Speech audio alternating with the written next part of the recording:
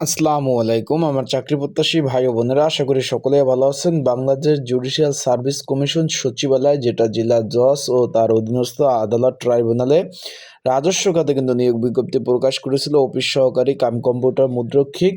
এখানে কিন্তু 253টি শূন্যপদ ছিল। 16তম গ্রেডের চাকরি, 9,300 টাকা থেকে 22,490 টাকা বেচিক। এখন এটার পরীক্ষা আগামী 27 ফেব্রুয়ারি 2026 তারিখ হতে যাচ্ছে। অলরেডি আপনার এডমিট কার্ড ডাউনলোড করেছেন সকাল 10টা 30 থেকে 11টা 5 পর্যন্ত। এখন পরীক্ষাটা এমসিকিউ হবে না লিখিত হবে এবং কত মার্কের পরীক্ষা হবে, পরীক্ষার যে প্রশ্ন প্যাটার্নটা কেমন হবে, অনেকে জানতে চাচ্ছেন।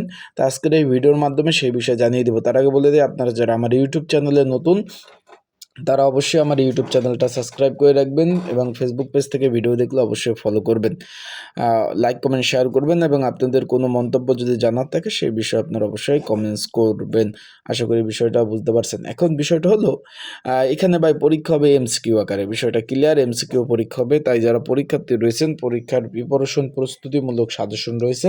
যদি প্রয়োজন হয়, এই যে স্ক্রিনের উপর যে নাম্বার রয়েছে এই নাম্বারে মেসেজ করতে পারেন, যোগাযোগ করতে পারেন। যোগাযোগ করে সাজেশন নিয়ে আপনারা পড়তে পারবেন। যাদের প্রয়োজন আছে তারা অবশ্যই মেসেজ করবেন, যোগাযোগ করে সাজেশন নিয়ে পড়তে পারবেন। কমেন্ট বক্সে নাম্বার রয়েছে, পিন কমেন্টে নাম্বার দেওয়া রয়েছে।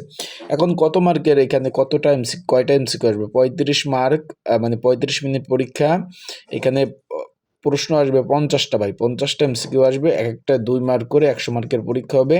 এখানে একটা ভুল করলে 0.5 করে কিন্তু কাটা যাবে, মানে 2টা ভুল করলে 1 মার্ক কাটা। বিষয়টা বুঝতে পারছেন?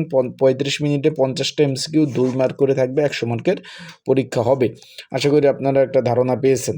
এখানে এমসিকিউ পরীক্ষা অনুষ্ঠিত হবে। এখানে প্রথমত বাছাই পরীক্ষা, এমসিকিউ পরীক্ষা হবে, ঢাকাতে পরীক্ষা হবে।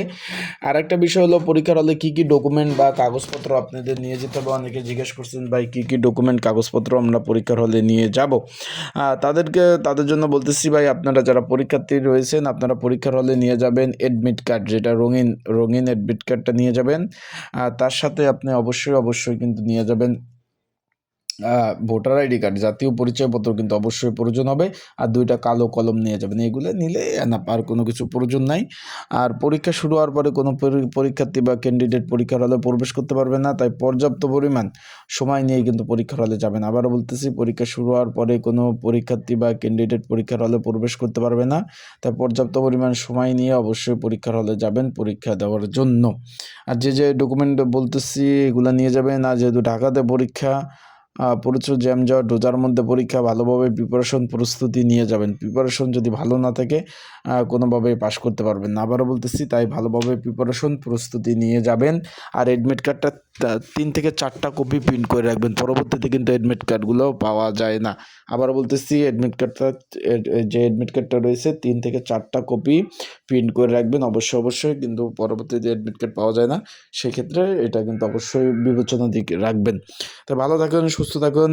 আর অবশ্যই যাদের সাজেশন প্রয়োজন আছে কমন উপযোগী স্পেশাল, তারা এই যে স্ক্রিনের উপর হোয়াটসঅ্যাপ নাম্বার রয়েছে, ডিসক্রিপশন বক্সে নাম্বার রয়েছে, পিন কমেন্টের নাম্বার রয়েছে, এই নাম্বারে মেসেজ করতে পারেন, যোগাযোগ করতে পারেন। যোগাযোগ করে আপনারা কিন্তু সাজেশনগুলো নিয়ে কিন্তু পড়তে পারবেন। ভালো থাকুন, সুস্থ থাকুন।